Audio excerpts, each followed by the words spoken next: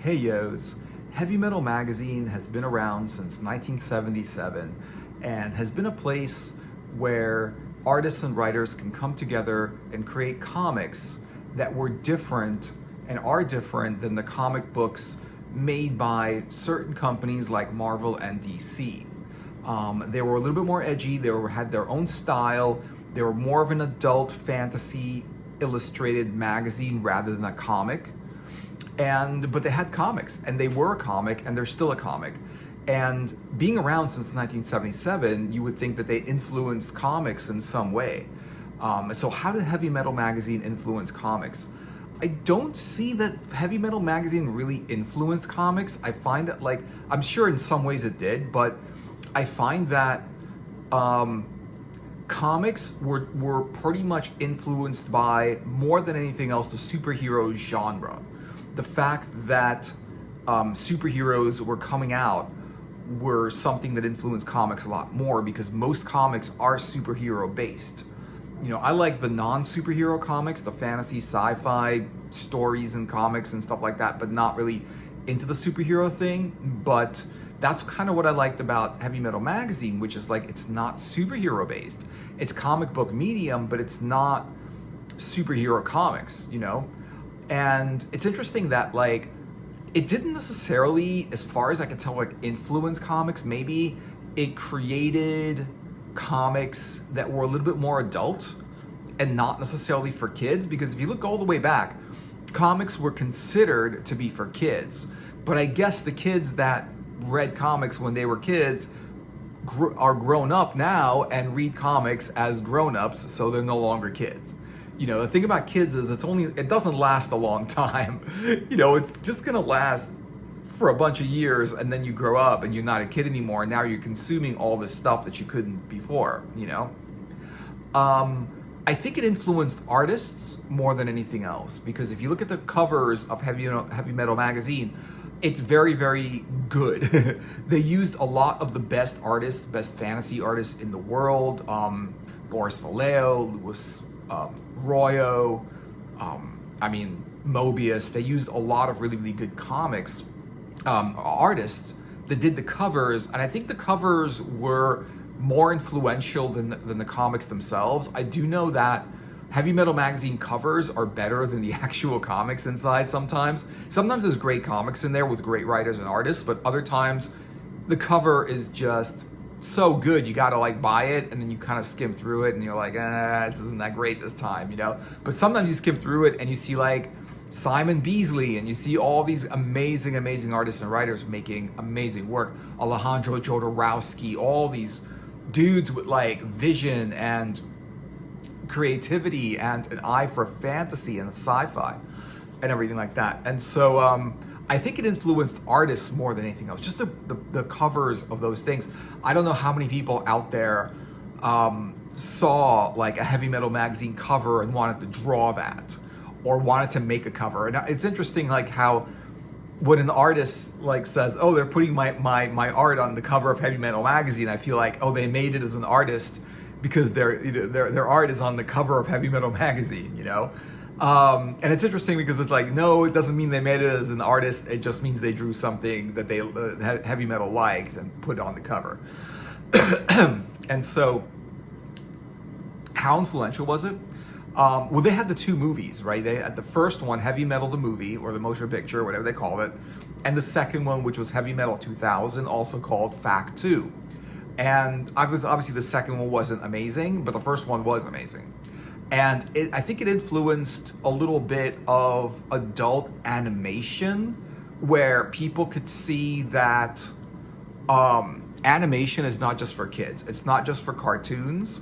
Animation is a way that you can make movies that are animated for adults, and it doesn't have to be cartoons for kids, right? All animation before that or outside of that was like Bugs Bunny, Mickey Mouse, you know?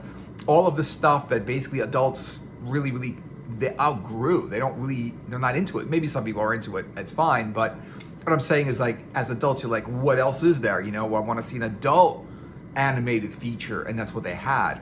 And even though they really influenced that, there wasn't a lot of other people making animated features for adults. but there definitely was something about it. And I also like, I'm not sure who influenced what. Did anime influence heavy metal the motion picture, or did heavy metal the motion picture influence anime? And I think it influenced anime more than anything else. I think because a lot of anime was started coming out at that time, and it was for adults. Anime is something where there's some anime, yeah, that's for kids, obviously, because it's anime, but there's some anime that's for adults, and it's not suitable for kids, right? And so I think it influenced that, and influenced like an older generation of people that like comics, and it's not like, you don't want to read a comic that's like too kid friendly. I mean, some people are in the mood for that kind of story, like, oh, let's read something that's kid friendly, right? But sometimes, like movies that are rated R, right, they're not kid friendly, and some, and I think what heavy metal did was created the animated version of that.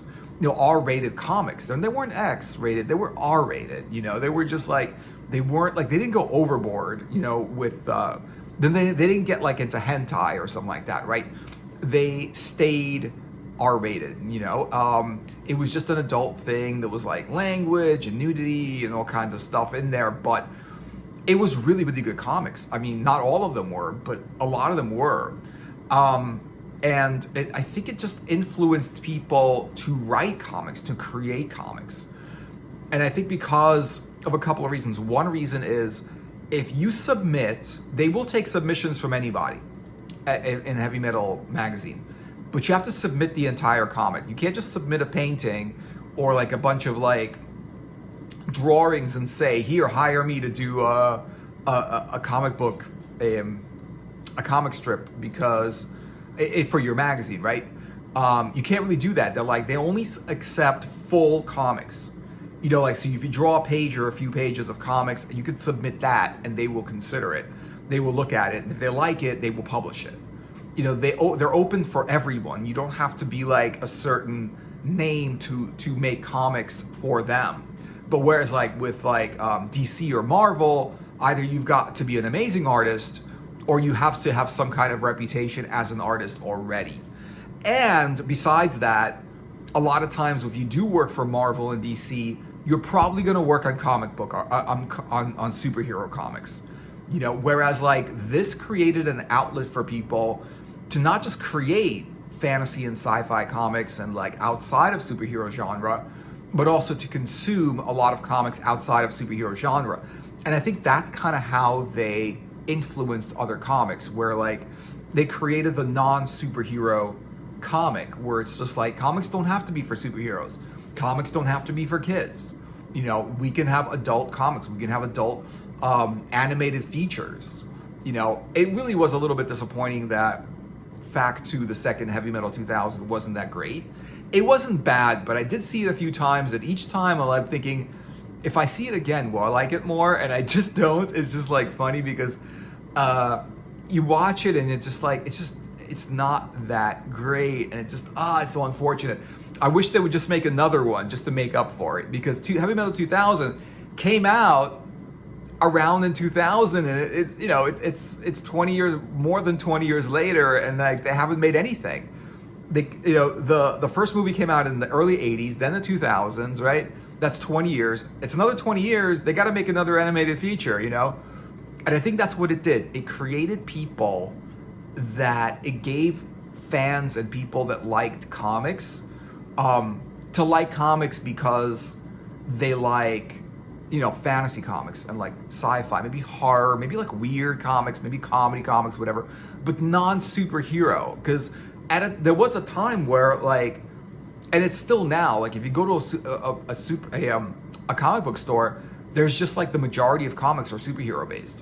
I don't know what the stats were before, but they're like 70% superhero based. There's 70% superhero comics. And I don't know if it was like more than that before or anything like that, because I really wasn't into comics before that far back. I just didn't get into them, even though they were good. I just like, nobody I knew read them, and it's weird, and we all watched cartoons, but it's weird, like it just, no one I knew, until like one person I knew read comics, and then they couldn't get me into the comics either, even though I went. And tried to get into comics. I tried to read them and just didn't get into them. But Heavy Metal Magazine got me into comics. Heavy Metal Magazine got me into not just comics, but it introduced me to a lot of the writers and artists that were in Heavy Metal Magazine. And I think that's what it did for a lot of people.